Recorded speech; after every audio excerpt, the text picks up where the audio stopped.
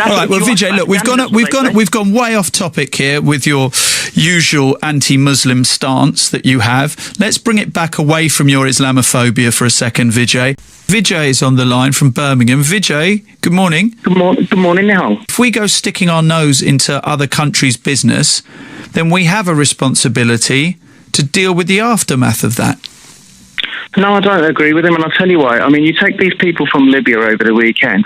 I mean, you look at Africa as a whole, as a continent, it's a lot larger than Europe. If these people's lives were in danger, they could have gone to the neighbouring countries in Africa. They could have gone to other fellow Muslim countries, even to the Middle East. I mean, why make the trek all the way to Europe? Well, you're not going to go to Syria. You're not going to go to Egypt, are you? No, but there are other countries in Africa. I mean, closer to them, they could have gone to Uganda, they could have gone to Nigeria, they could have gone to Kenya, they could have gone to all these other places. They come to Europe, pure and simple, because they want a better economic life. That's the truth of it. All these stories people make about, our lives are dangerous, it's just a farce. I mean, even if you go back, and this is why I would not be voting Labour this election, because it's because of them that the whole face of this country changed from 1997 to 2010. I mean, even when America was bombing Afghanistan, less Afghanis came, about 100,000 Afghanis came across, but people were buying original Afghani passports in Peshawar for £5, and 900,000 Pakistanis came over, pretending to be Afghani over those 10 years. I mean, people always abuse the immigration system. We don't owe these people. Yes, what we can do, what Britain can do, and the other European countries can do, is give money, help the governments of those countries try and stabilise and move these people to nearer places. It does not make geographical sense. If Britain was in trouble tomorrow and everyone started going to America, I would think, well, why would they go to America? Why not go to France? Why not go to Germany? Why not go to countries that are in close proximity to you? It's an economic thing. It's not. I think 1 in 1,000 people's lives are truly in danger, because I don't know whether you follow immigration, but if you go to the Home Office website, you will see that a lot of these stories that people make are all the same, Nihal. I mean, look at all these Somali stories, they're all the same. But Vijay, you cannot ignore the carnage that is taking place in Libya and in Syria. Okay.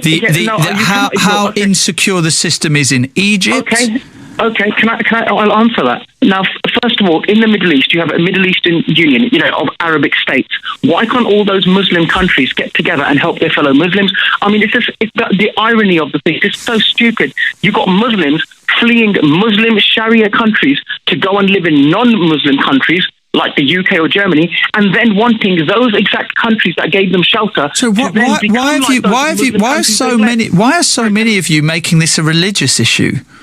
Because it is. That's what it's become. I mean, look at the terrorism. No, it hasn't. Can I explain it to you without you interrupting me, please? No, but both you and Jay have made it about Sharia law. It's not relevant.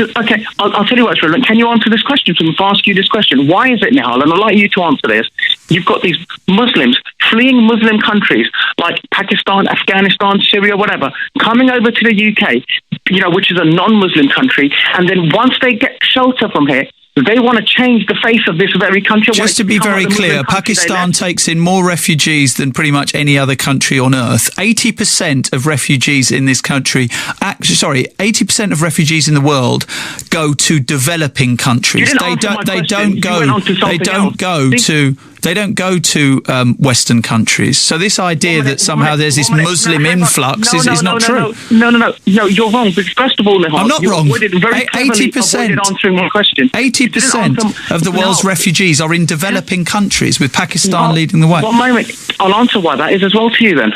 Because you didn't answer my question, but I'll answer your question. The reason that is... Because it was a rhetorical question, really.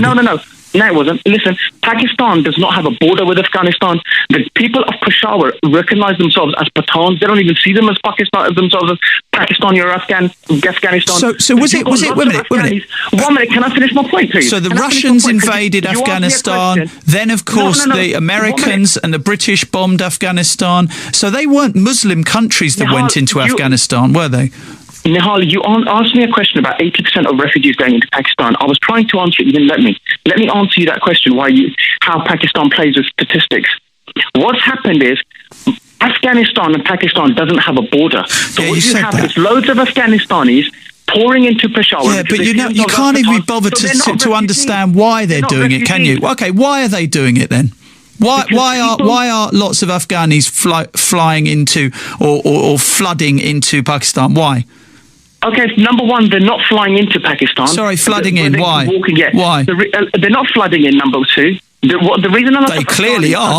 No, they're not. Hang on a minute. Why? You've got somebody standing at the border taking notes. No, but I've got the numbers, which is something you haven't managed to get. What's your source? 1 minute. What's your source for that? That's a load of nonsense. And I'll tell you why. You've got lots of Afghani just going into Peshawar because that's where they see they're from. They're Pathans. And you know that. You understand it. And you know that. I do, because if you look at that, if you read about it.